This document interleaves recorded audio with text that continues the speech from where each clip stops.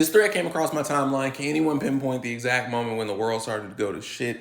And I'm going to share with you some of my personal favorites and then give you my contribution to it. First one I saw, 2019, when the war started. Do y'all remember how the internet was ablaze? Podcasts everywhere were doing the chicken sandwich contest episode. The lines at Popeyes had never been greater. And honestly, the other restaurants probably appreciated it too, because it started bringing them business because everybody wanted to compare the chicken sandwich to it. And then, like all things, because it got popular and everybody was getting it, the quality went down. They was getting tired of it. The same thing happened to Chipotle with the sauce after Keith started doing the sour cream and you get what I'm saying. Tony Sadavici said, "This is when I knew," and it's not the only one that talks about how, like, when things went from being more fun to just being plain, that happened all throughout our life, and it was unbeknownst to us the implications that had. Much like this right here, when McDonald's went from actually sporting its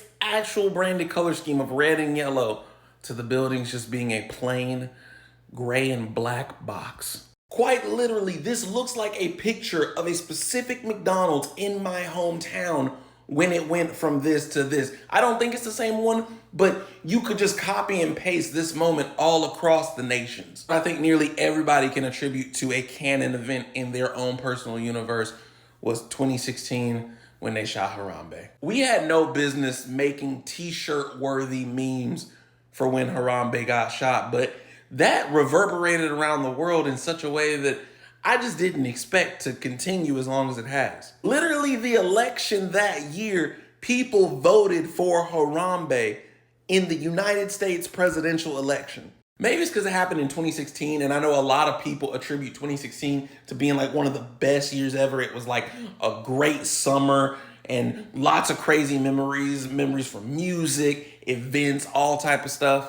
I'm never gonna find it again, but there was another tweet where they had, Jonathan Kent holding a hand up to the tornado, and they were like, Harambe, if you tried to go back and save him, because he knew this was the best possible future.